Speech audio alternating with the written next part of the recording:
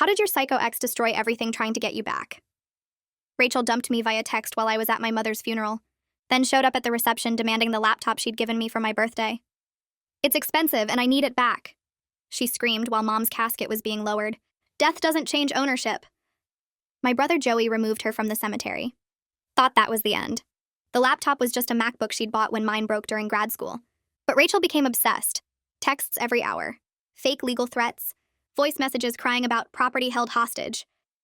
I offered to mail it. She refused, needed to check it in person. Then escalation. Showed up at my job claiming to be emergency contact.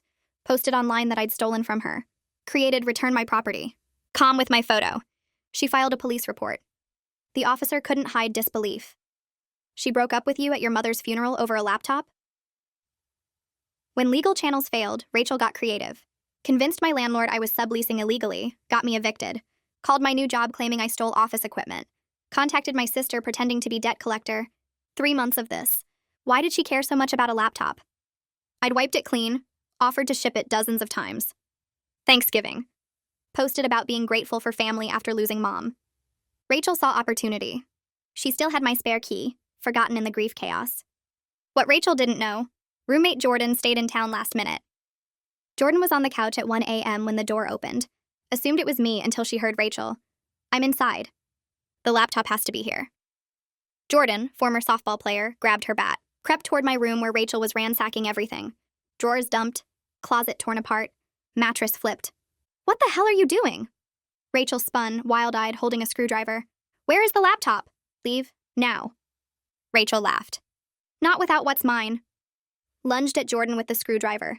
Jordan swung. Sound of Rachel's wrist breaking echoed. Rachel screamed, attacked with other hand.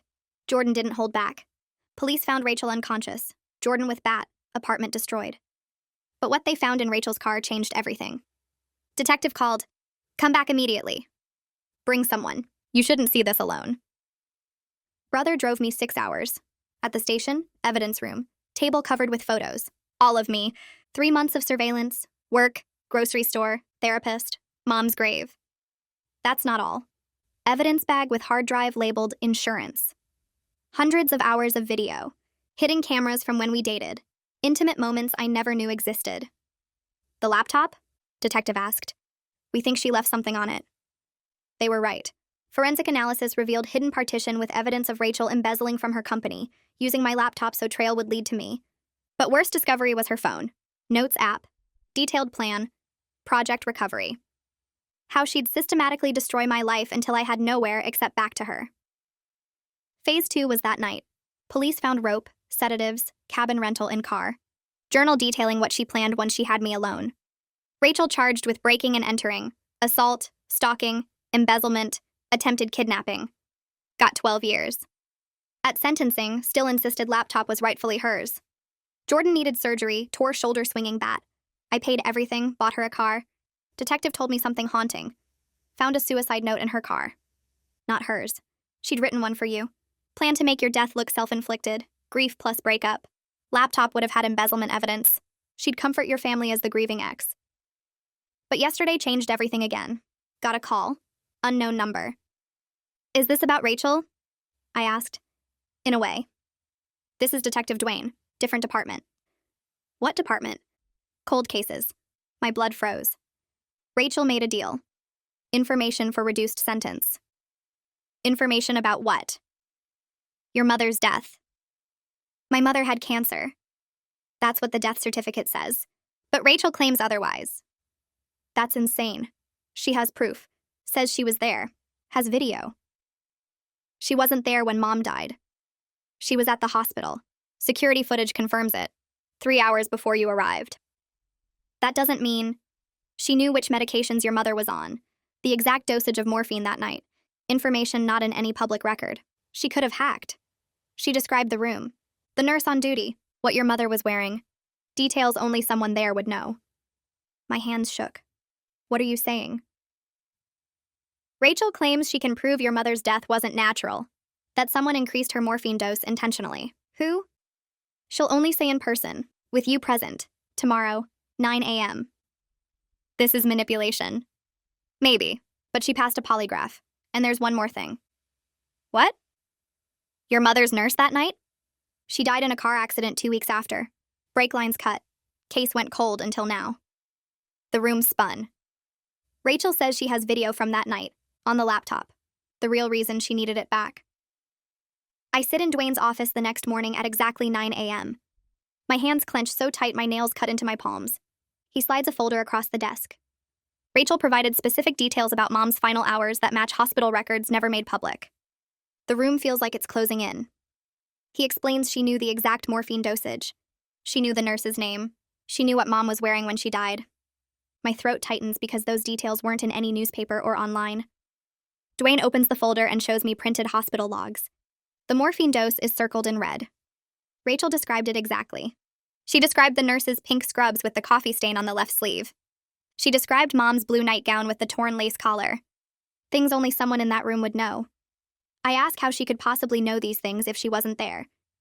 Dwayne says that's the problem. She was there.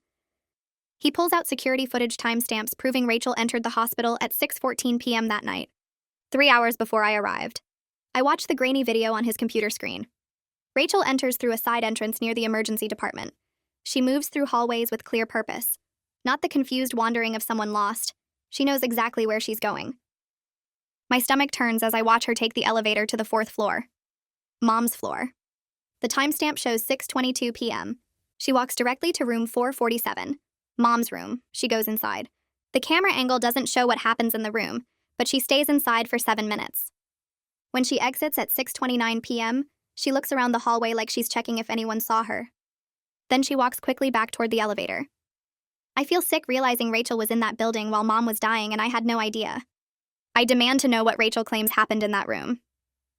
Dwayne hesitates. His jaw tightens before he tells me. Rachel says someone deliberately increased Mom's morphine to deadly levels. She won't name who without meeting me face to face in prison. I feel rage building in my chest. Even from behind bars, she's manipulating me. She's controlling the situation. Dwayne says Rachel passed a polygraph about what she witnessed. She described medical equipment in the room. She described Mom's breathing pattern. She described the exact position of the IV stand. Everything checked out. I ask why Rachel would go to the hospital that night. Dwayne doesn't have an answer. He says that's one of many questions we need answered. He tells me Rachel claims she has video proof on the laptop. The hidden partition contains footage from inside Mom's room. She set up a hidden camera somehow. She recorded what happened. That's why she needed the laptop back so desperately. She needed to destroy the evidence before anyone found it. But then she realized the evidence could be her ticket to a reduced sentence. Dwayne says forensic specialists are examining the laptop now. They'll know within days if the footage exists. Dwayne explains that Nurse Reagan Norris's death is being reopened as a homicide investigation based on Rachel's information. The brake line cutting was obvious back then, but the case went cold with no suspects or motive. Now Rachel claims Reagan witnessed something that night, something that got her killed 2 weeks later. He shows me Reagan's accident report. Single vehicle crash on a rural road. Car went off an embankment at high speed. Brake failure. Investigation found the lines were cut cleanly. Professional job. But no leads, no suspects. Case went cold after 6 months. Dwayne says Rachel claims she knows who cut those brake lines. She says she has proof connecting Reagan's death to what happened in Mom's room. She won't share that proof until she gets a deal with the district attorney. I ask if he believes Rachel is telling the truth. Dwayne says the details she knows are too specific to be guesses. Either she was there and witnessed something, or she's involved somehow herself. Neither option makes sense, but the evidence suggests she's not lying about being at the hospital. I leave the police station and sit in my car for 20 minutes. My hands won't stop shaking. I can't drive. Everything I thought I knew about Mom's death is crumbling. The peaceful passing I imagined, the natural end to her suffering. It might have been murder. And Rachel witnessed it. Or Rachel is executing some twisted revenge plan from prison, using my grief as a weapon against me one more time. I don't know which possibility is worse. My phone sits in my lap. I need to call someone. I can't process this alone. Liv is the only person I trust right now. I dial her number with trembling fingers. She answers on the second ring. I tell her I need her to come over right now. My voice breaks. She asks what's wrong. I say I can't explain over the phone. She says she's leaving work immediately. She'll be there in 30 minutes. I finally start the car and drive home on autopilot. My mind replays the security footage over and over. Rachel walking through those hallways. Rachel entering Mom's room. Rachel staying inside for 7 minutes while Mom was dying. Liv arrives at my apartment 20 minutes later. She must have sped the whole way. We sit in my living room and I tell her everything Dwayne said. About the security footage, about Rachel being at the hospital, about the morphine, about Nurse Reagan's murder. Liv goes pale. Her hand covers her mouth. She asks why Rachel would have been there that night. I say I don't know. We both realize we don't know the answer, and that scares us more than anything else. Liv asks if Dwayne thinks Rachel killed Mom. I say no. Rachel claims she witnessed someone else do it. She won't say who without a deal. Liv's eyes widen. She asks if Dwayne has any idea who Rachel is protecting or accusing. I shake my head. Rachel won't talk until she's guaranteed a reduced sentence. Liv stands up and paces across my living room. She says this could all be lies. Rachel manipulating the system one more time, using our grief against us. I say Dwayne showed me the security footage. Rachel was definitely there. The question is what she actually saw. I pull up Mom's death certificate online. Liv sits next to me on the couch. We study every detail together. The morphine dose listed is 15 milligrams per hour. Liv asks if that's normal. I say I don't know. We're not medical professionals. We can't tell if it's too high or standard end-of-life care. I search online for typical morphine doses for cancer patients. The results vary wildly depending on pain levels and tolerance. Some sites say 15 milligrams is reasonable. Others suggest it's high for someone Mom's size. We can't make sense of the medical information. Liv suggests we talk to Joey before making any decisions about seeing Rachel. I hesitate because something about Joey's behavior at the funeral felt off. The way he removed Rachel so quickly. The way he insisted we not talk about her afterward. Liv says Joey was there the night Mom died. He might know something about the morphine levels. He might have talked to the nurses about her care. I agree we need to talk to him even though part of me dreads the conversation. I call Joey without explaining why. I need to see his face when I tell him about Rachel's claims. He answers sounding annoyed. I ask him to come over. He says he's busy. I say it's about Mom. His tone changes. He asks what about Mom. I say I can't explain over the phone. He needs to come over right now. He's silent for a moment, then says he'll be there in an hour. I hang up and look at Liv. She asks if I think Joey knows something. I say I don't know, but we're about to find out. We wait in tense silence. Liv makes coffee neither of us drinks. I stare at my phone, checking the time every few minutes. Finally, Joey knocks on my door. I let him in. He looks annoyed at the interruption until I tell him about Dwayne's visit. His expression shifts to something I can't read. Something between shock and fear. He asks what exactly Rachel is claiming. His voice sounds too controlled, too careful. I explain that Rachel says someone murdered Mom, that someone deliberately increased her morphine to deadly levels, that Nurse Reagan was killed to cover it up. Joey goes completely still. He doesn't move. He doesn't blink. He stares at me for 10 seconds without reacting. Then he asks if I'm seriously considering believing anything Rachel says after what she did to me. His voice rises. He says Rachel is a psychopath, a stalker, a criminal. She's manipulating me from prison. Liv interrupts and says the police have security footage proving Rachel was at the hospital that night. Joey's face goes pale. He asks what footage. I tell him Rachel was there 3 hours before I arrived. She went into Mom's room. She stayed for 7 minutes. Joey sits down on my couch. His hands shake. His defensiveness feels wrong, too aggressive, too immediate. I push harder. I ask if he knows anything about that night he hasn't told us. He says no. His answer comes too fast. Liv and I exchange a look. We both know he's hiding something. I ask Joey directly if he saw Rachel at the hospital that night. He hesitates. The silence stretches too long. Way too long for a simple no. Finally, he says he didn't see her. But his eyes won't meet mine. Liv demands he tell us the truth about what happened. She says we deserve to know if he saw anything suspicious. Joey stands up to leave. I block the door. I tell him he's not going anywhere until he explains why he's acting so defensive about Rachel's claims. He says he's defensive because Rachel tried to destroy my life. Of course, he doesn't want me believing her lies. I say that's not what this is about. The police have evidence, security footage, medical records. Rachel knew details she shouldn't know. Joey's jaw clenches. He says fine. Yes, he arrived at the hospital before me that night. Something he never mentioned during the funeral. Something he never mentioned in 3 months of grieving together. He says he wanted private time to say goodbye. He didn't think it mattered when he got there. But now his omission feels huge, feels deliberate. I ask him what time he arrived. He says around 7:30. I ask if he saw Rachel there. He says no again, but his body language screams that he's lying. I step between Joey and the door, blocking his path. He tries to move around me, but I mirror his movement. Liv stands up from the couch, her face red with anger. Joey's eyes dart between us, calculating whether he can push past. I tell him he's not leaving until he explains why he's been lying about that night. He says he already told us everything and needs to get home. His voice rises, but there's something desperate underneath the anger. Liv moves closer and demands to know exactly what time he saw Rachel at the hospital. Joey runs his hand through his hair, a nervous habit from childhood. He says he doesn't remember the exact time, and why does it matter anyway? I tell him it matters because Rachel was there when Mom died and he watched her go into the room. The color drains from his face. He sits back down on the couch and puts his head in his hands. We wait in silence for what feels like forever. Finally, Joey looks up and admits he saw Rachel around 8 p.m. in the hallway outside Mom's room.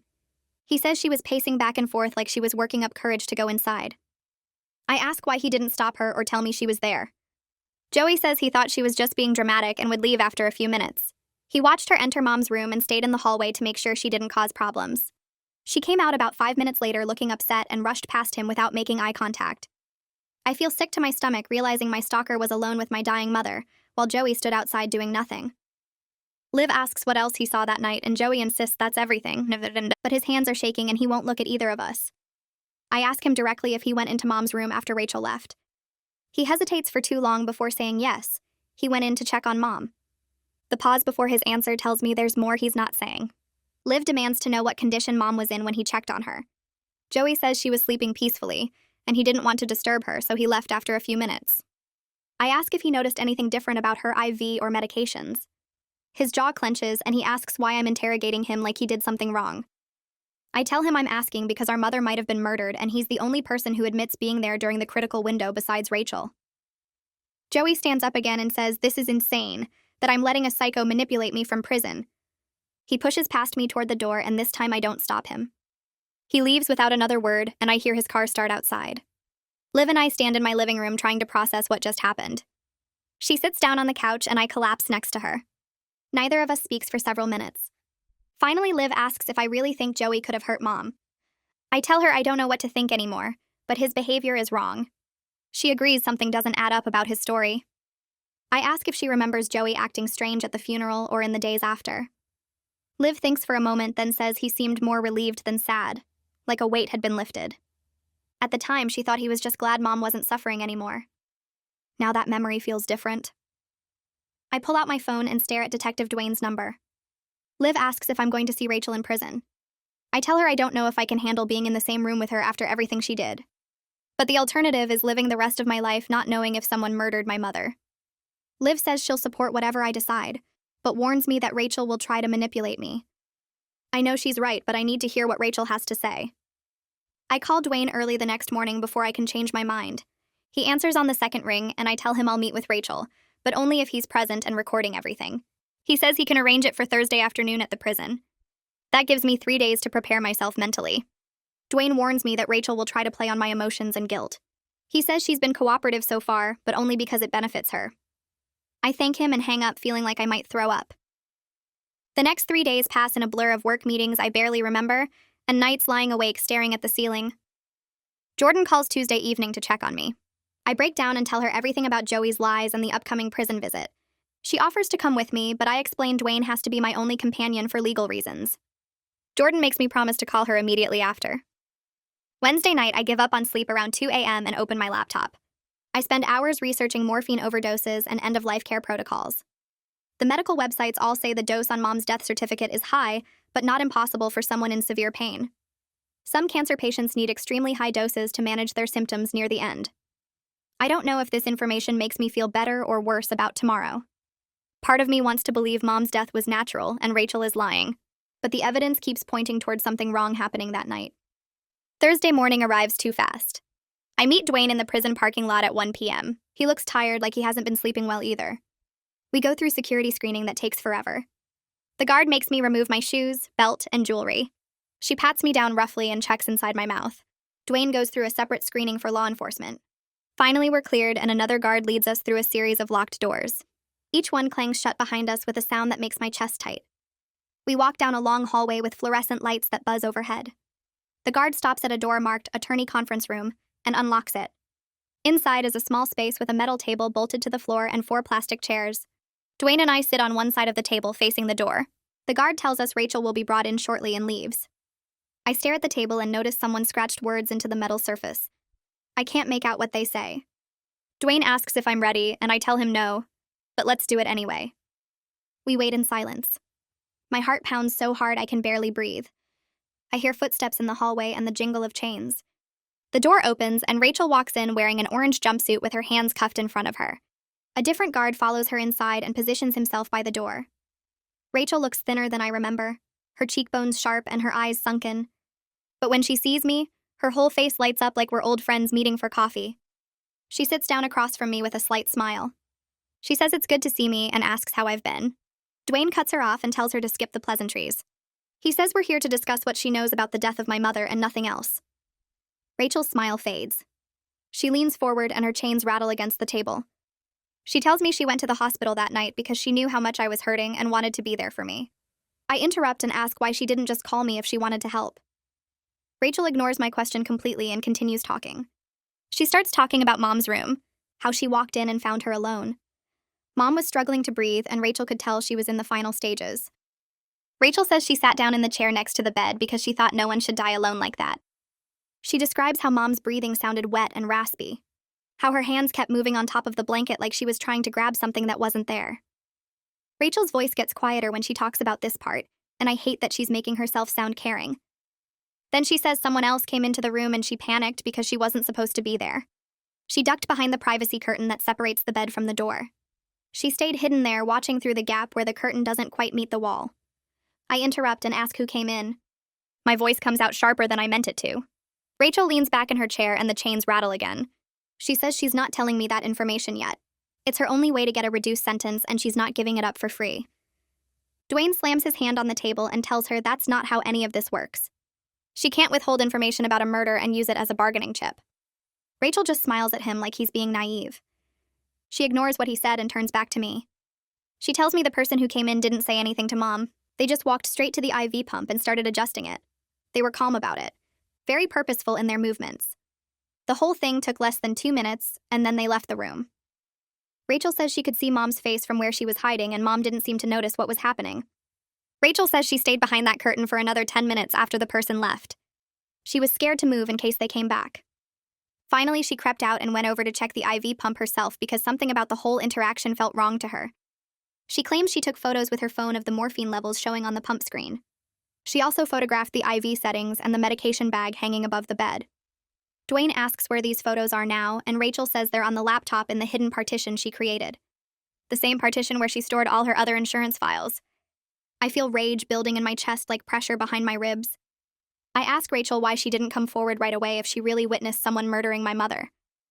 Why did she sit on this information for 3 months while I grieved and had no idea what actually happened? Rachel's expression shifts to something that might be shame, but I don't trust anything on her face anymore. She says she panicked after leaving the hospital. She didn't know what to do with what she'd seen. Then later, she realized the photos could be valuable if she ever needed leverage for something.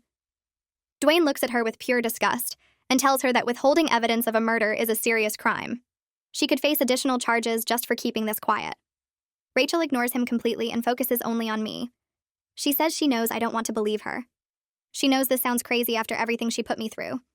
But the proof exists on that laptop and she can show me exactly what happened that night. She tells me to have the police forensic team look for the partition labeled insurance. It needs a password that only she knows. Dwayne asks what the password is, and Rachel says she'll provide it once her lawyer negotiates a proper deal with the district attorney. She's not giving up her only leverage until she has something in writing.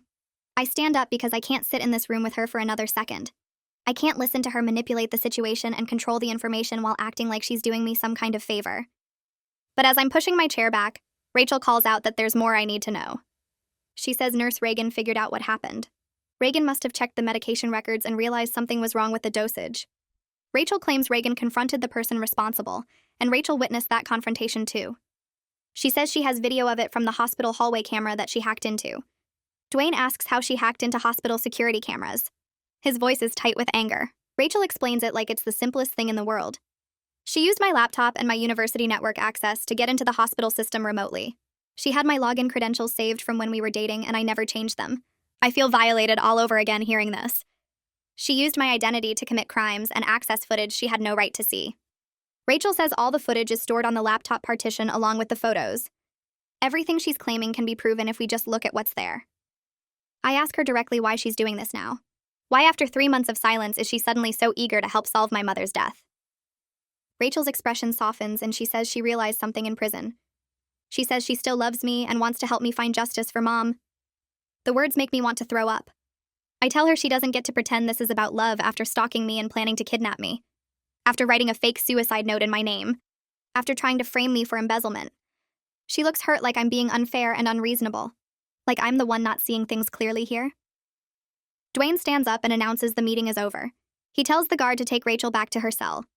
In the car afterward, Dwayne starts the engine but doesn't pull out of the parking lot right away. He sits there gripping the steering wheel and tells me he'll get a warrant for the laptop immediately. The forensic team will examine it, and if Rachel is telling the truth, we'll know within a few days. I ask what happens if she's lying about all of this. If this is just another manipulation to get attention or mess with me. Dwayne says if she's lying, she'll face additional charges for obstruction of justice and wasting police resources, but his tone suggests he thinks she might be telling the truth this time. I drive straight to Liv's house from the prison. She opens the door before I even knock because she's been watching for my car. I tell her everything Rachel said while we sit on her couch. About Rachel hiding behind the curtain and watching someone adjust Mom's IV. About the photos and the hacked security footage. About Nurse Reagan confronting whoever did it. Liv listens without interrupting, but her face gets paler with every detail. When I finish, she says she's having trouble believing Rachel would have all this evidence and not use it earlier during her own legal troubles. If she really had proof of a murder, why didn't she use it to bargain for a better deal back then? We both agree Rachel is definitely manipulating something here. But we can't figure out what her real goal is, or what she hopes to gain by telling this story now. 2 days pass like years. My phone buzzes Tuesday morning while I'm staring at cold coffee. Dwayne's name appears on the screen. My hand shakes picking it up. He found it. The forensics team cracked the partition exactly where Rachel said it would be. They're reviewing everything now. My stomach drops hard. Rachel was telling the truth about at least this part.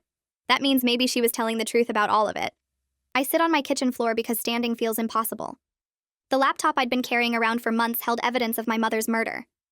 I feel sick thinking about all the times I almost donated it or sold it online. Dwayne tells me to come to the station tomorrow morning. His voice sounds careful, like he's talking to someone about to break. He warns me the footage will be difficult to watch. I ask if it shows who killed Mom. He pauses too long before answering.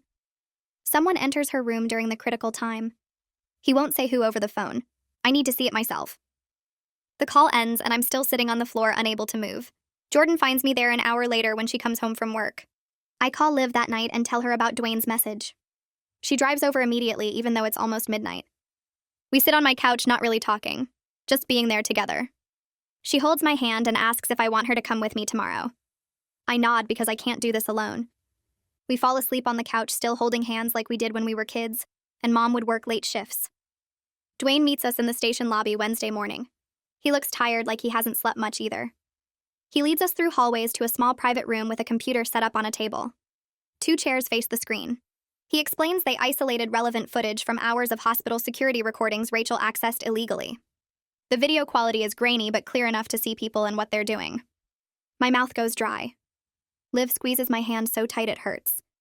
Dwayne clicks play on footage timestamped at 8:47 p.m. The screen shows the hallway outside Mom's room, empty for a few seconds.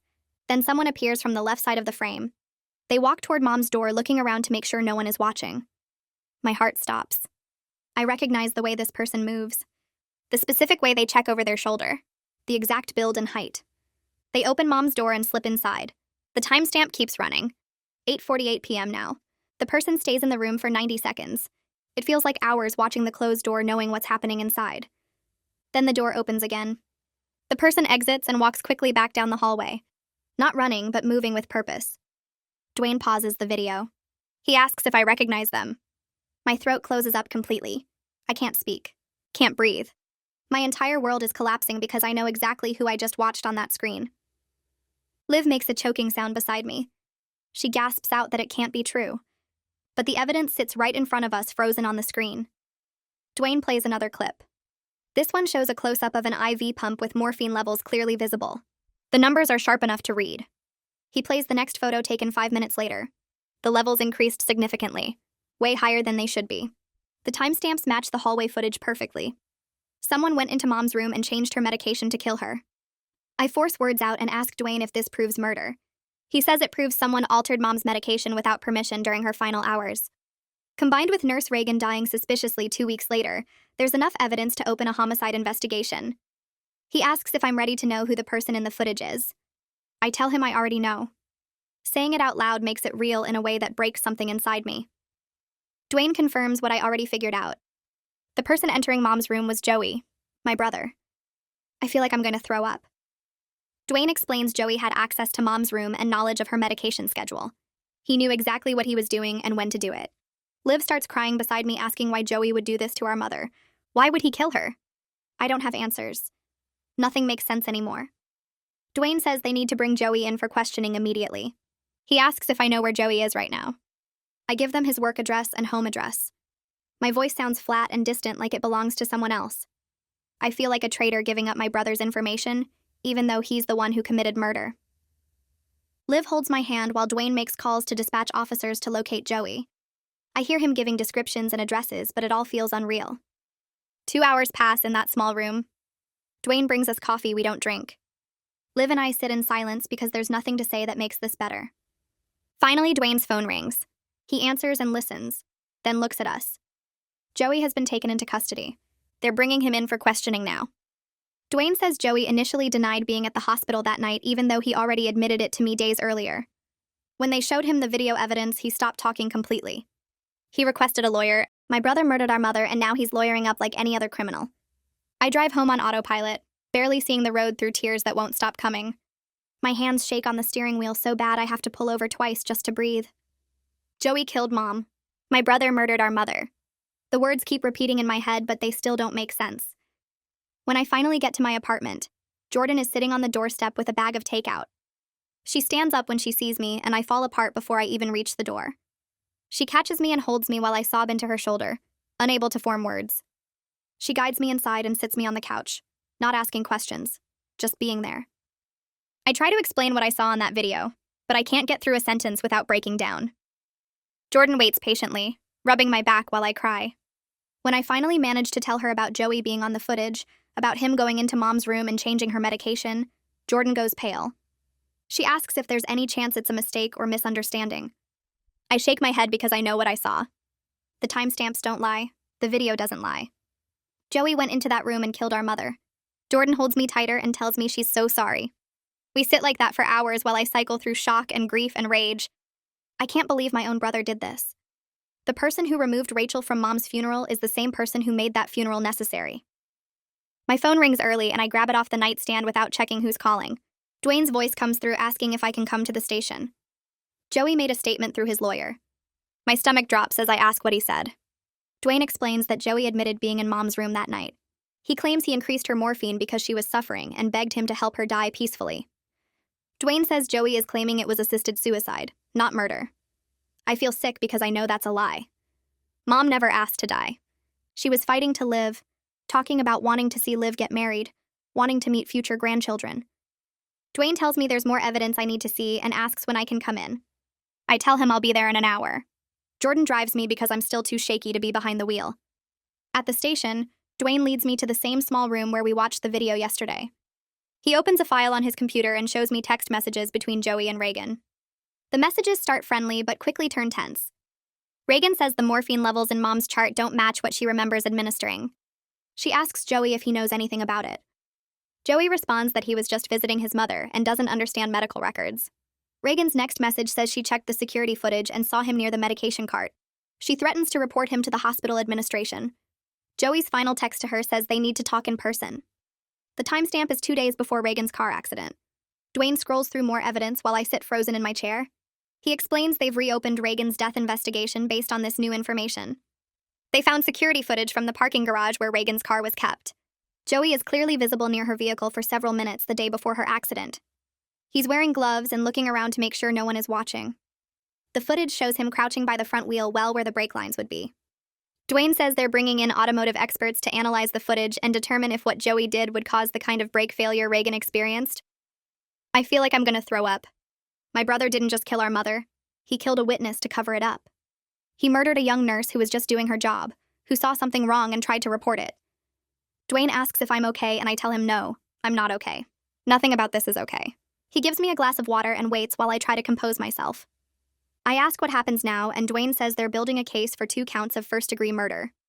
Joey's assisted suicide claim won't hold up against the evidence of premeditation and the second murder. I ask how long this will take, and Dwayne says it depends on how much Joey's lawyer fights the charges. Could be months before trial.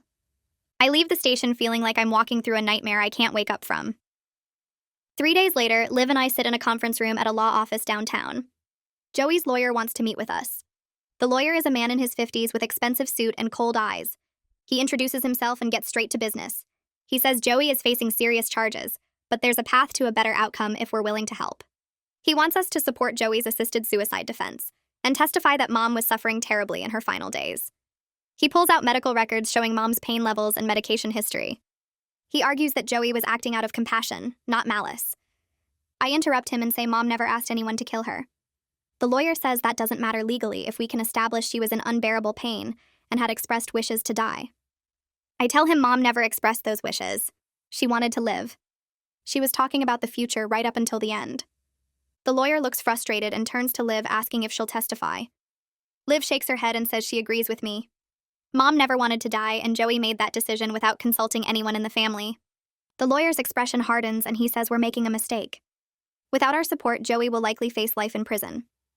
I stand up and tell him that's what Joey deserves. He killed our mother, and then he killed an innocent nurse to hide what he did. The lawyer tries to argue, but I'm already walking out. Liv follows me and we leave his office without looking back. My phone rings that afternoon and the caller ID shows a number I don't recognize. I answer cautiously, and a woman introduces herself as District Attorney Verity Buchanan. She wants to discuss Rachel's role in the investigation and what kind of deal the prosecution might offer. I ask what Rachel wants, and Verity explains that Rachel's evidence is crucial for proving premeditation and connecting Joey to Reagan's death. Without Rachel's testimony about hiding in Mom's room and witnessing Joey adjust the IV, they only have circumstantial evidence. Without Rachel's security footage showing the timeline, Joey's lawyer could argue reasonable doubt. Rachel wants a reduced sentence and transfer to a lower security facility in exchange for her cooperation. I feel anger rising because Rachel is going to benefit from all of this. Verity seems to sense my feelings and says she understands this is difficult.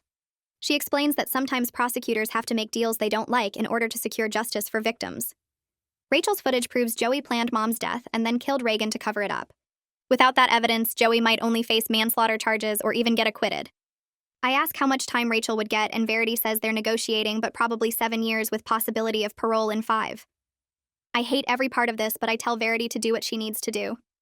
Justice for Mom and Reagan matters more than my feelings about Rachel. I spend the next week trying to process everything while the legal system grinds forward. Verity calls with updates about the negotiation with Rachel's lawyer. I try to focus on work, but I can't concentrate. Jordan checks on me every day, and Liv comes over most evenings. We don't talk much about Joey, but his absence is obvious. Neither of us has heard from him since the lawyer meeting. I wonder if he's sitting in jail thinking about what he did, or if he's still convinced he was right. The idea that my brother could kill 2 people and feel justified makes me sick. Rachel's lawyer finally reaches a deal with the prosecution. She'll get 7 years with possibility of parole in 5 if she testifies truthfully at Joey's trial. The deal includes transfer to a facility with better mental health resources. I receive official notification of the agreement and have to sign off on it as a victim in Rachel's original case. My hand shakes as I sign the papers. Rachel stalked me, broke into my apartment, planned to kidnap and kill me. Now she's getting a reduced sentence because she happened to witness my brother committing murder. The universe has a sick sense of humor. 2 weeks after Joey's arrest, formal charges are filed. 2 counts of first-degree murder, 1 for Mom, 1 for Reagan. The news coverage is extensive because the case has everything reporters love. Family drama, a mercy-killing defense, a second murder to cover up the first. My phone fills with messages from people I haven't talked to in years asking if I'm okay. I stop reading them and turn off notifications. Joey's lawyer files motions trying to get the video evidence suppressed because Rachel obtained it illegally. I hold my breath waiting for the judge's ruling. If the footage gets thrown out, the case against Joey falls apart. 3 days later, the judge rules the evidence is admissible. The illegal method of obtaining it doesn't outweigh its importance to a murder investigation. I feel relief wash over me for the first time in weeks. Without that footage, Joey might have gotten away with everything. The trial is scheduled for 4 months from now. Verity warns me it's going to be difficult. I'll have to testify. I'll have to see Joey in court and describe what I saw in that video. I'll have to watch Rachel testify and relive the nightmare of her stalking me. But at least there will be justice. At least Mom and Reagan won't be forgotten. I make an appointment with a therapist because I can't handle this alone anymore. The therapist's name is Kieran, and his office is in a quiet building near the park. He's younger than I expected, with kind eyes and a calm presence. I sit on his couch and don't know where to start. He asks what brings me in, and I laugh because the question is so simple for such a complicated situation. I tell him my brother murdered my mother and a nurse. I tell him my ex-girlfriend witnessed it and is now testifying against him. I tell him I don't know how to process any of this or move forward with my life. Kieran listens without interrupting, and when I finish, he says what I'm experiencing is a normal response to extraordinary trauma. He explains that I'm dealing with multiple layers of grief and betrayal. Grief for my mother. Grief for the brother I thought I knew. Betrayal from Joey. Complicated feelings about Rachel. He says we'll work through it together at my own pace. The first session helps more than I expected. Kieran doesn't try to fix everything or offer easy answers. He just helps me untangle the mess of emotions enough to breathe a little easier. I schedule weekly appointments and commit to doing the work. I owe it to Mom. I owe it to Reagan. I owe it to myself. The nightmares start that week. Every night I dream about Mom's final moments. Sometimes I'm in the room watching Joey adjust the IV while I stand frozen, unable to move or scream. Sometimes I'm Mom looking up at Joey as he kills me. Sometimes I'm Reagan driving home when my brakes fail and I go flying off the road. I wake up gasping and covered in sweat. Jordan hears me one night and comes to check on me. She sits on the edge of my bed and asks if I want to talk about it. I describe the dreams and she holds my hand while I cry. She suggests I call Kieran in the morning because these nightmares aren't going away on their own. I do call and Kieran squeezes me in for an emergency session. He teaches me some grounding techniques for when the nightmares wake me up. He explains that my brain is trying to process trauma, and the dreams are part of that process. He says they'll get better with time and therapy, but I need to be patient with myself. I practice the grounding exercises and they help a little. I still wake up most nights in a panic, but I can calm myself down faster now. Kieran says that's progress. I tell him it doesn't feel like progress. It feels like I'm barely surviving. He reminds me that surviving is enough right now. I don't have to be okay. I just have to keep going one day at a time. I call Liv the next morning and ask if she wants to help me go through Mom's things at her old house. We've been putting it off for months, but I need to find anything that might help Joey's case or prove he's lying about Mom wanting to die. Liv meets me at the house an hour later with coffee and boxes. We start in Mom's bedroom where everything still smells like her lavender lotion. Liv opens the closet and starts folding clothes while I tackle the nightstand drawers. The first drawer has medications and receipts. The second has photos of us as kids. The third drawer sticks and I have to yank it hard to get it open. Inside, I find a leather journal I've never seen before. The cover is worn and the pages are filled with Mom's handwriting. I sit on the bed and start reading while Liv comes over to look. The entries start 3 months before Mom died when she was still doing okay. She writes about her pain levels and doctor appointments, but also about normal things like her garden and what she watched on TV. I flip through pages and find an entry from 2 weeks before she died. Mom writes about being scared of the pain getting worse, but also about wanting to see Liv get married next summer. She lists things she wants to be alive for. Liv's wedding, my graduation from my program, her friend's birthday party in the fall. There's another entry from 5 days before she died where Mom talks about a bad pain day, but then writes about the new medication helping and how she's looking forward to her physical therapy appointment. I keep reading and my hands start shaking. Every single entry talks about fighting through the pain and wanting more time. Not once does Mom write about wanting to die or asking anyone to end her suffering. The last entry is from the morning of the day she died. Mom writes that the pain is bad but manageable, and she's excited because I'm supposed to visit that evening. She writes that she loves us and can't wait to see what the future holds. Liv reads over my shoulder and starts crying. This journal destroys everything Joey claimed about Mom begging him to help her die. I take photos of every page with my phone, then call Verity immediately. She answers on the second ring, and I tell her I found Mom's journal from her final weeks. Verity asks me to bring it to her office right away, so I drive there with Liv while she keeps reading entries out loud. Each one makes it clearer that Mom never wanted to die, and Joey made that decision without her consent. At Verity's office, I hand over the journal and she spends 20 minutes reading through it carefully. She looks up and tells me this is powerful evidence that completely undermines Joey's mercy-killing defense. The journal shows Mom was fighting to stay alive and looking forward to future events. Verity explains the trial will focus on whether Joey acted out of misguided mercy or selfish convenience. She asks what I think Joey's real motivation was, and I tell her the truth. Joey wanted Mom's suffering to end because watching her in pain was hard on him, not because she asked for it. He made the choice that was easier for him and then killed Reagan to cover it up. Verity nods and says the prosecution will argue exactly that angle. She tells me the journal entries about Liv's wedding and my graduation prove Mom had reasons to keep living that Joey ignored.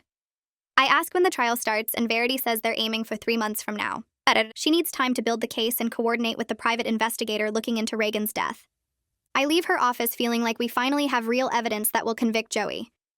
Liv drives me home, and we sit in her car talking about how Mom never gave up even when the pain was terrible. She fought to stay alive, and Joey stole that from her. 2 weeks later, I get a call from Verity saying the private investigator Gregory Cook finished his analysis of Reagan's death. She asked me to come to her office to hear his findings. I arrive the next morning, and Gregory is there with a thick folder of documents. He's older with gray hair and steady hands that don't shake when he opens the folder. Gregory explains he examined the police reports from Reagan's accident and got access to what's left of her car. The brake lines were cut professionally in a way designed to fail at high speed on a curve. It wasn't amateur work or random vandalism. Someone knew exactly what they were doing. Gregory slides photos across the table showing the clean cuts on the brake lines. He tells me he also investigated Joey's background and found something disturbing. Joey enrolled in an online automotive mechanics course 2 months before Reagan's accident. The course covered brake systems and how they work. Gregory has screenshots of Joey's login activity and the specific modules he completed. One module was titled Advanced Brake System Maintenance and Repair. The premeditation is completely clear. Joey learned how to cut brake lines, then used that knowledge to kill Reagan. Gregory shows me Joey's search history from his laptop that police seized. Joey Googled things like how to cut brake lines without detection and car accidents from brake failure. He researched the road where Reagan's accident happened and studied the curves. Everything points to Joey planning Reagan's murder carefully over weeks.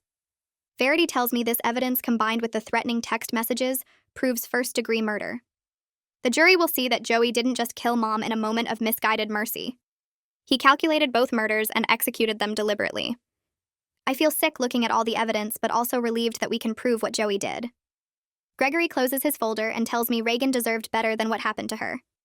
I agree and thank him for his thorough work. 3 months pass in a blur of preparation and legal meetings. Verity keeps me updated on the case and warns me the trial will be difficult. I have to testify about finding the laptop evidence and my conversations with Rachel. I practice my testimony with Verity until I can get through it without breaking down. The trial starts on a cold Monday morning in February. I arrive at the courthouse with Liv and Jordan, who both took time off work to support me. The courtroom is packed with reporters and Reagan's family members. Joey sits at the defense table in a suit, looking calm and composed. His lawyer shuffles papers and whispers to him. I take a seat behind the prosecution table where Verity is organizing her files. The judge enters and everyone stands. Jury selection took a week, but now we have 12 people who will decide Joey's fate. The trial begins with opening statements. Verity lays out the prosecution's case methodically. She tells the jury about Mom's journal entries and her desire to keep living. She describes the security footage showing Joey entering Mom's room. She explains how Joey killed Reagan to silence a witness. Verity's voice is steady and professional as she walks through the timeline of both murders. Joey's lawyer gives his opening statement claiming Joey acted out of love and mercy. He says Joey couldn't bear to watch Mom suffer anymore and made a difficult decision. The lawyer tries to paint Joey as a devoted son who made a mistake. I feel rage building as I listen to the lies. When it's my turn to testify, I walk to the witness stand on shaking legs. Verity asks me about the laptop and Rachel's evidence. I explain how we found the hidden partition and what it contained. Joey stares at me from the defense table with cold eyes like I betrayed him. I stare back knowing he betrayed our entire family first. I testify about Mom's journal and reading her entries about wanting to live. Verity shows the jury photos of the journal pages blown up on a screen. Joey's lawyer cross-examines me and tries to suggest I'm biased against my brother. I tell him I'm biased toward the truth and my mother deserved justice. The judge allows my answer, and I return to my seat feeling drained. The next day, Rachel testifies, and I have to watch her walk into the courtroom in civilian clothes instead of her prison uniform. The deal Verity made with her included this concession. Rachel takes the stand and swears to tell the truth. Cormac prepared her well because she sticks to facts without trying to manipulate anyone. Rachel describes hiding in Mom's room and seeing Joey enter. She explains watching him adjust the IV pump and increase the morphine dose. Her testimony is clear and detailed. She talks about taking photos because she knew something wrong was happening. Rachel doesn't cry or make dramatic gestures. She just tells what she saw in a calm voice. I watch the jury and see them believing her despite knowing her criminal history. Verity did a good job preparing them in opening statements about Rachel's background, and why her testimony is still credible. Joey's lawyer tries to attack Rachel's character during cross-examination. He brings up her stalking and assault charges. Rachel admits she did terrible things but says that doesn't change what she witnessed. She tells the lawyer she has no reason to lie now because she already got her deal. The lawyer asks why the jury should believe someone who stalked and tried to kidnap me. Rachel looks directly at the jury and says she's not asking them to like her or forgive her. She's asking them to look at the evidence she provided. The photos and video don't lie, even if she's lied before. It's a surprisingly effective answer, and I see several jurors nodding. The prosecution plays the security footage for the jury on the third day of trial. The courtroom goes silent as everyone watches the screen. The video shows the hospital hallway outside Mom's room. Joey appears at 8:47 p.m. walking quickly and looking around. He enters Mom's room and the timestamp shows him inside for 90 seconds. When he exits, he walks away fast without looking back. You can hear people gasping when they recognize Joey. Verity walks the jury through the timeline step by step. She shows Joey's presence, the morphine increase documented in Rachel's photos, and Mom's death 30 minutes later. The evidence is overwhelming. Verity displays Mom's journal entries on the screen showing her desire to keep living. She reads several entries out loud, including the last one from the morning Mom died. Joey's lawyer objects several times, but the judge overrules him. The lawyer tries to argue mercy killing in his cross-examination of the medical examiner. He asks if the morphine dose could have been appropriate for end-of-life care. The medical examiner says the dose was higher than standard protocols and would have been discussed with family first. No such discussion was documented. The journal entries make it impossible to argue Mom consented. Verity rests her case after presenting all the evidence connecting Joey to both murders. I feel exhausted from 3 days of testimony, but relieved the truth is finally out there. Reagan's sister testifies on the 4th day, and I watch her walk to the stand looking nervous. She's younger than Reagan was, with the same dark hair and sad eyes. Verity asks about Reagan's behavior in the days before her death. Reagan's sister pulls out her phone and reads text messages Reagan sent her. The messages talk about witnessing something terrible at work and being afraid to report it. Reagan wrote that a patient's family member did something wrong and she didn't know what to do. She texted about someone threatening her if she told anyone. Reagan's sister starts crying while reading the messages out loud. She describes how Reagan called her the night before the accident, sounding terrified. Reagan said she was going to the police the next day no matter what. Reagan's sister breaks down completely, and the judge calls a recess. When testimony resumes, she tells the jury about identifying Reagan's body after the accident. She talks about the police saying it was brake failure and how that never made sense because Reagan just had her car serviced. The jury looks at Joey with visible disgust. Several jurors are wiping their eyes. I know they see Joey for what he really is now. A man who killed his own mother, then murdered an innocent nurse to cover it up. Reagan's sister finishes her testimony by saying Joey stole her sister's future and destroyed their family. Verity has no further questions. Joey's lawyer doesn't cross-examine because there's nothing he can say that won't make things worse. Joey's lawyer puts him on the stand the next day in a last attempt to save the case. Joey wears a dark suit and looks directly at the jury when he's sworn in. His lawyer asks him to explain what happened the night Mom died. Joey claims he arrived at the hospital and found Mom in terrible pain. He says she looked at him with pleading eyes and he knew what she wanted. Joey testifies that he increased her morphine to end her suffering because he loved her too much to watch her hurt. His voice cracks with emotion, and I want to scream that he's lying. Joey's lawyer asks why he didn't tell anyone what he did. Joey says he panicked and realized people wouldn't understand his mercy. The lawyer asks about Reagan, and Joey claims he never threatened her. He says Reagan must have misunderstood their conversation. It's all lies delivered with fake tears.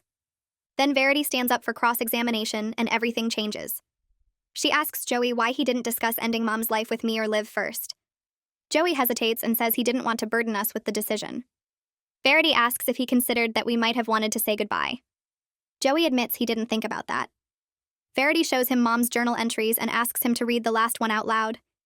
Joey's voice shakes as he reads Mom's words about looking forward to seeing me that evening.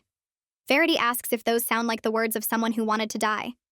Joey says Mom was just trying to stay positive. Verity destroys him by asking why Mom wrote about future events like Liv's wedding if she wanted to die. Joey has no good answer. He stammers and says Mom's pain was worse than she wrote about. Verity asks how he knows that if Mom didn't tell him. Joey admits he assumed. Verity asks if he knew we would have stopped him from killing Mom. Joey goes quiet, then finally admits yes. He knew we would have stopped him. Verity sits down and Joey's lawyer tries redirect, but the damage is done. The trial lasts 2 full weeks with expert witnesses and more evidence. The jury gets the case on a Friday afternoon, and I go home expecting days of waiting. but they deliberate for only 6 hours before sending word they have verdicts. Everyone rushes back to the courthouse. I sit in the gallery with Liv holding my hand so tight it hurts. The jury files in looking serious. The judge asks if they've reached verdicts, and the foreman says yes. Guilty on count 1, first-degree murder of Mom. Guilty on count 2, first-degree murder of Reagan. Joey shows no emotion when the verdicts are read. His face stays blank like he's not even there. But I see his lawyer's shoulders slump in defeat. Reagan's family cries with relief behind me. The judge thanks the jury and sets sentencing for 3 weeks later. Joey is led away in handcuffs, and I finally feel like I can breathe. Verity comes over and tells me the verdicts were the right outcome. I thank her for everything she did to get justice. Liv and I leave the courthouse and sit in her car for a long time not talking. The guilty verdicts don't bring Mom or Reagan back, but at least Joey will pay for what he did. 3 weeks later, I'm back in the same courtroom for sentencing. The judge allows victim impact statements before deciding Joey's punishment. I prepared mine with Kieran's help and practiced until I could get through it. Reagan's sister goes first and tells the court how Joey destroyed her family. She talks about Reagan's dreams and kindness. She asks the judge to impose the maximum sentence. Then it's my turn. I walk to the podium and look at Joey sitting at the defense table. I tell the court that Joey didn't just kill our mother. He stole our chance to say goodbye properly. He robbed Mom of her final weeks when she wanted to keep fighting. He destroyed our family by murdering the person we loved most. I explain how Joey killed Reagan to protect himself and showed no remorse for either death. I ask the judge to consider that Joey planned both murders carefully and executed them without hesitation. My voice stays steady, even though I'm shaking inside. Liv gives her statement next and talks about losing both a mother and a brother. She tells the judge that Joey's actions were selfish and cruel. The judge listens to all the statements, then addresses Joey directly. He says Joey betrayed the trust of his family and took 2 innocent lives. The judge sentences Joey to 25 years to life with possibility of parole after 20 years. Joey will be 62 before he can even apply for parole. The sentence feels right. Not enough to bring anyone back, but enough to ensure Joey pays for what he did. I leave the courthouse with Liv and Jordan feeling like a chapter finally closed. Verity found me in the courthouse hallway after everyone left and told me Rachel fulfilled her part of the deal.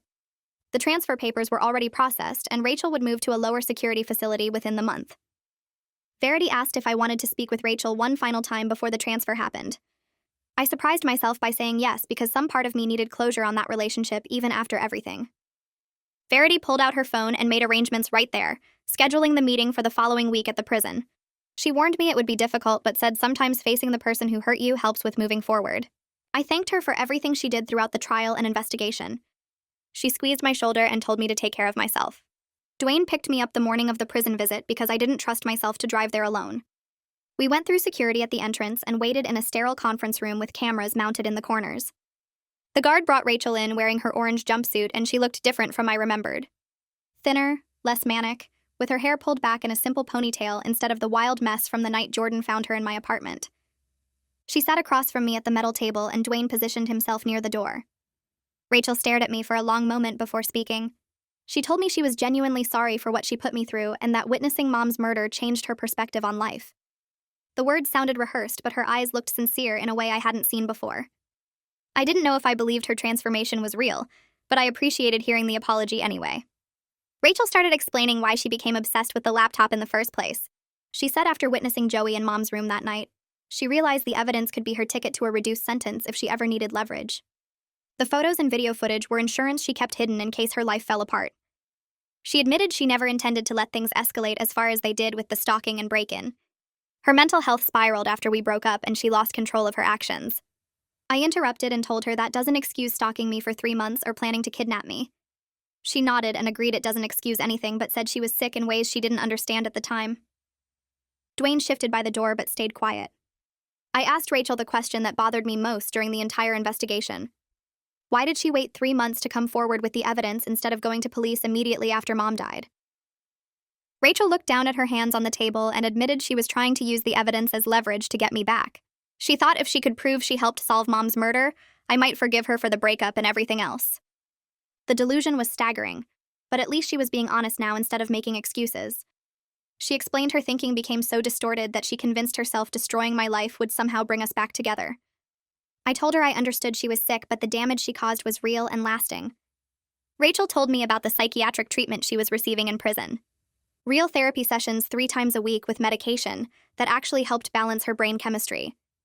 She said she was starting to understand how distorted her thinking became and how she created an alternate reality where her actions made sense. She explained the doctors diagnosed her with obsessive tendencies and delusional thinking patterns that went untreated for years. She didn't expect forgiveness from me, but hoped someday I could remember the good parts of our relationship before everything went wrong. The coffee shop dates and movie nights and lazy Sunday mornings. I told her I would try to remember those moments, but right now I just needed distance from everyone who hurt me. She understood and said she wouldn't contact me again after this meeting. I stood up to leave because sitting across from Rachel was emotionally draining in ways I didn't expect. Dwayne opened the door, and the guard came to escort Rachel back to her cell. She paused before leaving and told me she hoped I found peace with everything that happened. I didn't respond because I wasn't sure peace was possible yet. Dwayne walked me through the prison corridors and out to the parking lot where his car waited. He told me I handled the meeting with remarkable strength and composure. I didn't feel strong, but I appreciated his support throughout this nightmare. The drive back felt longer than the drive there. Liv and I planned a small memorial service for Mom with just close friends who knew her before the cancer. We chose her favorite beach where she used to take us as kids during summer vacations. The weather cooperated with clear skies and gentle waves rolling onto the sand. About 15 people showed up carrying flowers and memories. Liv spoke first about Mom's love for painting and how she always encouraged us to pursue our passions. Jordan shared a story about Mom teaching her to make apple pie from scratch during Thanksgiving 2 years ago. I talked about Mom's strength during her illness and how she never complained even when the pain became unbearable. We scattered her ashes in the water as the sun set behind us. People shared more memories of Mom before the cancer and before Joey destroyed everything. It was painful remembering who she was, but also healing to honor her memory correctly this time. I continued seeing Kieran twice a week to process everything that happened. The sessions focused on the complex grief of losing my mother twice, once to cancer and once to the truth about her death. Kieran helped me understand that I could miss Joey while also holding him accountable for his crimes. Those two feelings didn't cancel each other out, but existed together in uncomfortable tension. He taught me techniques for managing the anger that surfaced at random moments. The work was hard, and some days I left his office feeling worse than when I arrived. But slowly I was learning to live with the reality of what happened instead of trying to push it away. 6 months after Joey's sentencing, a letter arrived in my mailbox with the prison return address. I recognized Joey's handwriting on the envelope, and my hands shook opening it. He wrote 3 pages trying to explain his actions and asking for forgiveness. He claimed he only wanted to end Mom's suffering, and that Reagan's death was an accident during a confrontation. The justifications made me angry all over again because he still didn't take full responsibility. I read the letter once, then threw it in the trash without responding. Liv called that evening and said she received a similar letter. She also threw hers away without reading past the first paragraph. We agreed to maintain no contact with Joey indefinitely because neither of us was ready to engage with his version of events. Jordan helped me move to a new apartment across town because too many memories haunted my old place. Every room reminded me of Rachel's break-in, or the investigation, or the trial. The fresh start felt necessary for my mental health. Jordan recruited some friends and we loaded everything into a moving truck on a Saturday morning. The new apartment had more natural light and a view of the park instead of the parking lot. Jordan helped me unpack boxes and arrange furniture while making jokes about being my official bodyguard for life. I laughed for the first time in months and realized how much I needed friends who stuck by me through everything. We ordered pizza and sat on the floor of my empty living room eating directly from the box. Jordan told me she was proud of how I handled everything, and that took real courage. I didn't feel courageous, but I appreciated her saying it anyway. The Victims' Rights Organization reached out to me 3 weeks after Joey's sentencing because someone from the district attorney's office gave them my contact information. They asked if I wanted to volunteer helping other families navigate the criminal justice system, and I said yes without thinking too hard about it.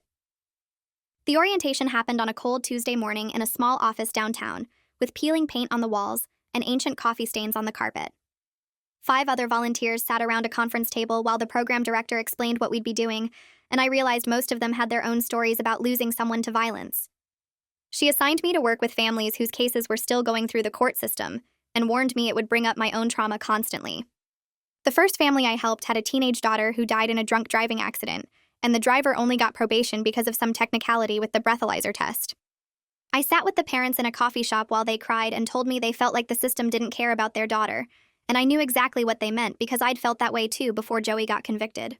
I helped them write victim impact statements and explained how the appeals process worked and drove them to court hearings when they couldn't face going alone.